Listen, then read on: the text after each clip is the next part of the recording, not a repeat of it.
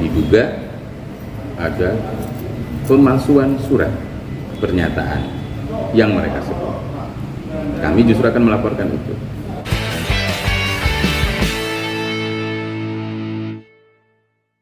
Pihak yang dilaporkan oleh pihak sana mengenai hari ini pihak sana menambahkan beberapa keterangan kepada kepolisian dan katanya ada beberapa bukti baru gitu yang dihadirkan juga. Seperti mungkin tanggapan dari Mas Ibrahim.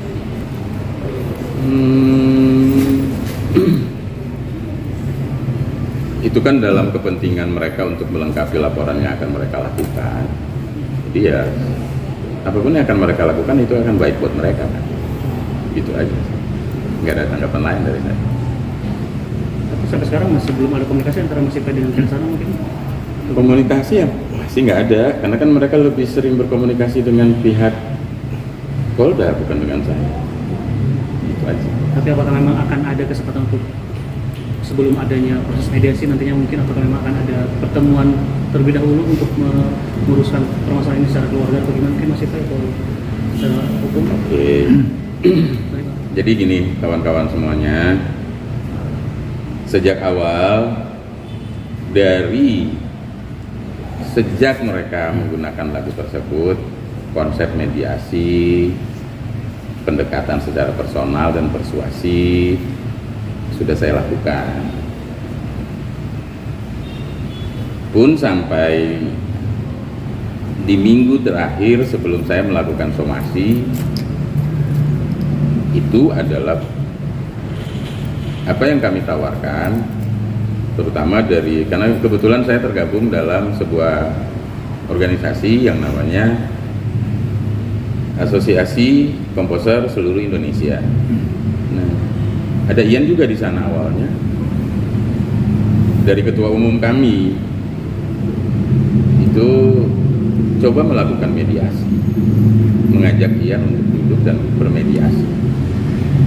Organisasi ini ingin lebih mengedepankan konsep mediasi. Pun saya secara pribadi, karena saya tidak mau permasalahan ini justru dikonsumsi oleh publik. Apa yang ingin saya jaga adalah martabat saya dan martabat mereka. Nah, kalau sekarang kemudian setelah kami melakukan somasi pertama tidak ada jawaban, bahkan setelah somasi pertama itu kan saya langsung diblok juga sama yang bersangkutan. Somasi kedua kami lakukan, ternyata jawabannya secara hukum kan harusnya mereka setidaknya membalas kami secara somasi juga, atau datang dan kita ketemu untuk duduk rembuk.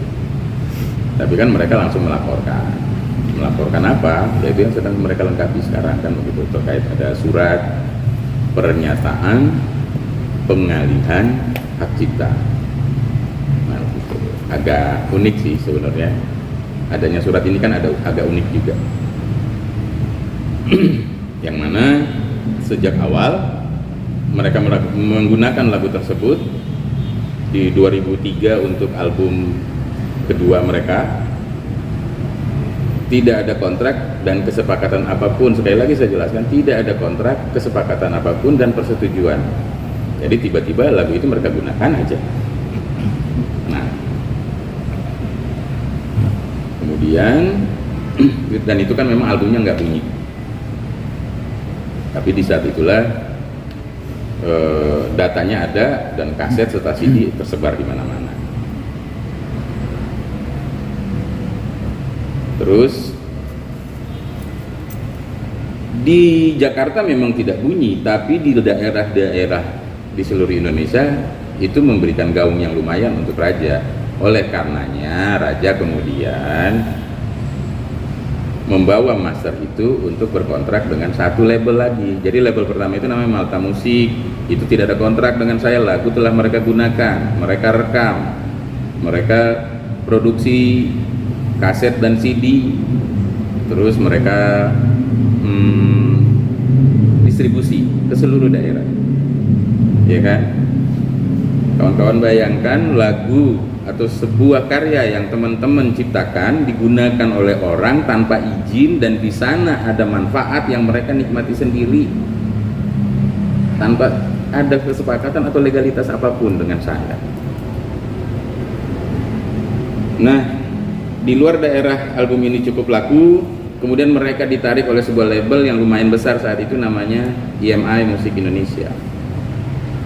EMI inilah kemudian mereka berkontrak kembali dengan setidaknya kalau menurut pihak itu dengan dasar-dasar hukum yang sama dengan label sebelumnya. Berarti inilah, ini saya cuma pegang kopian ya teman-teman ya, berarti inilah yang kami pegang, inilah dasar yang mereka gunakan untuk berkontrak. Jadi tidak ada kontrak dengan pemilik lagu, tidak ada kesepakatan dengan pemilik lagu, tidak ada perjanjian dengan pemilik lagu. Mereka gunakan lagu itu, mereka rekam, dan sekarang masternya mereka jual ke sebuah label perusahaan rekaman yang baru dengan publisher yang baru juga. Kembali lagi 2005 itu tanpa ada apapun dengan saya, mereka kembali mendapatkan itu. Nah, ini datanya kami dapat, dan disinilah ternyata Ian Kasela, dan tertanda tangan di sini ada parafnya,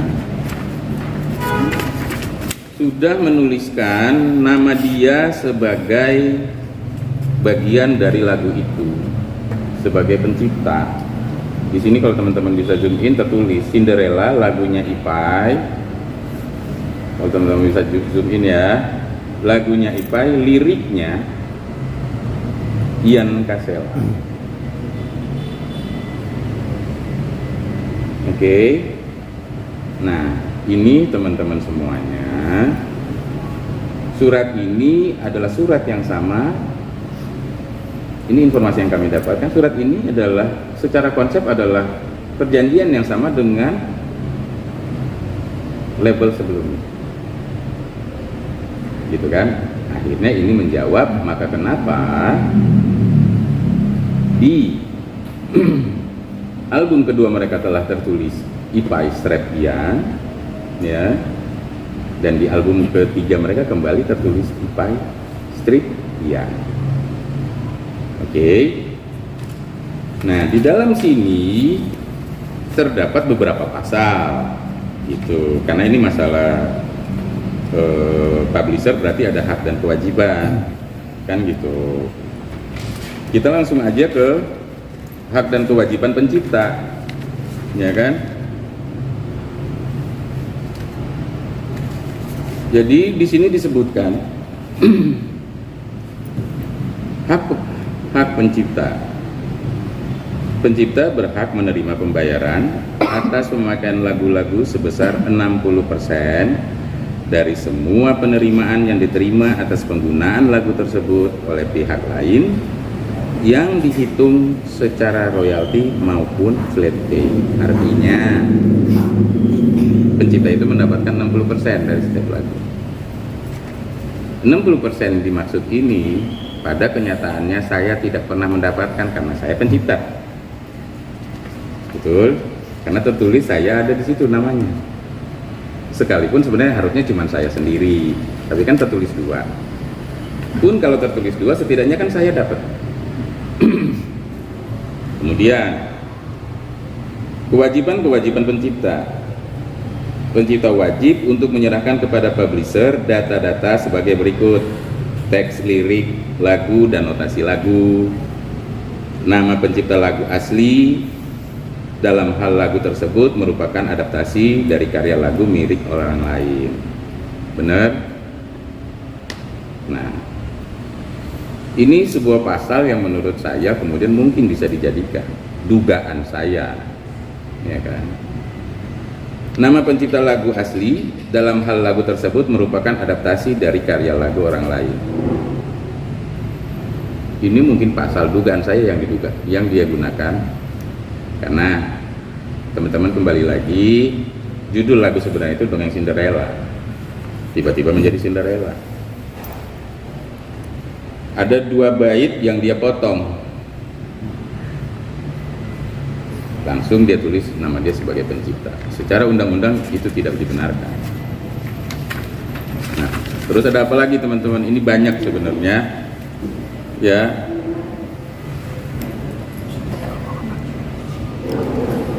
Jelas di sini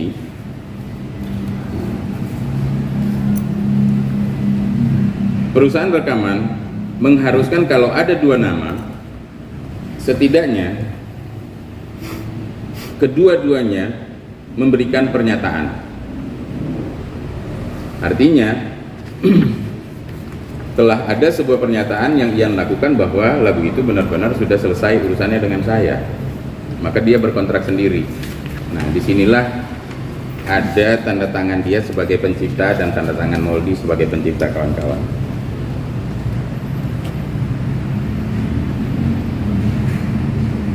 Oke.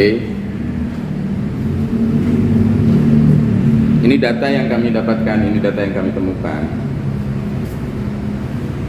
Ini data tanda tangannya Ian Kasela dan tanda tangannya Moldy. Jadi Ian Kasela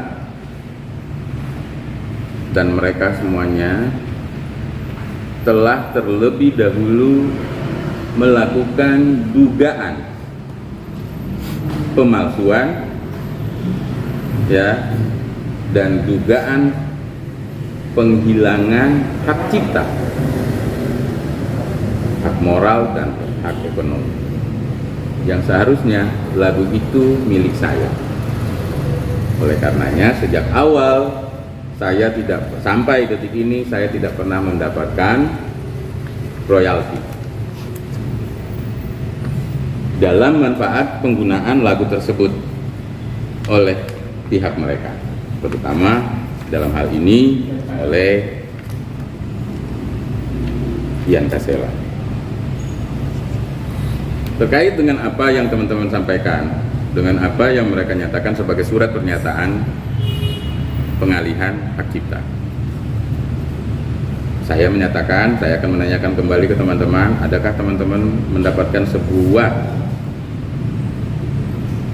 statement, karena saya butuh itu, siapa yang menulis redaksi dari surat pernyataan tersebut?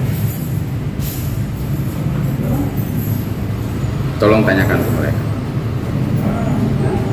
Karena mau digunakan dengan alat apapun yang ada di bumi ini, saya tidak pernah membuat sebuah surat pernyataan. Oke?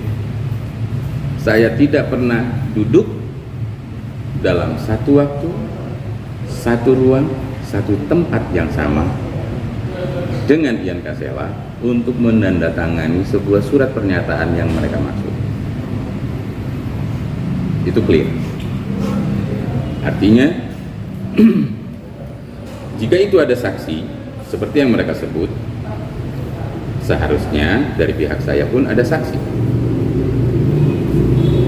Betul? Nah, kembali lagi saya sampaikan seperti apa yang telah disampaikan oleh kuasa hukum kami, Bang Minola Subayang, Dr. Minola Subayang, bahwasanya kami akan melaporkan itu, bahwa diduga ada pemalsuan surat pernyataan yang mereka sebut. Kami justru akan melaporkan itu.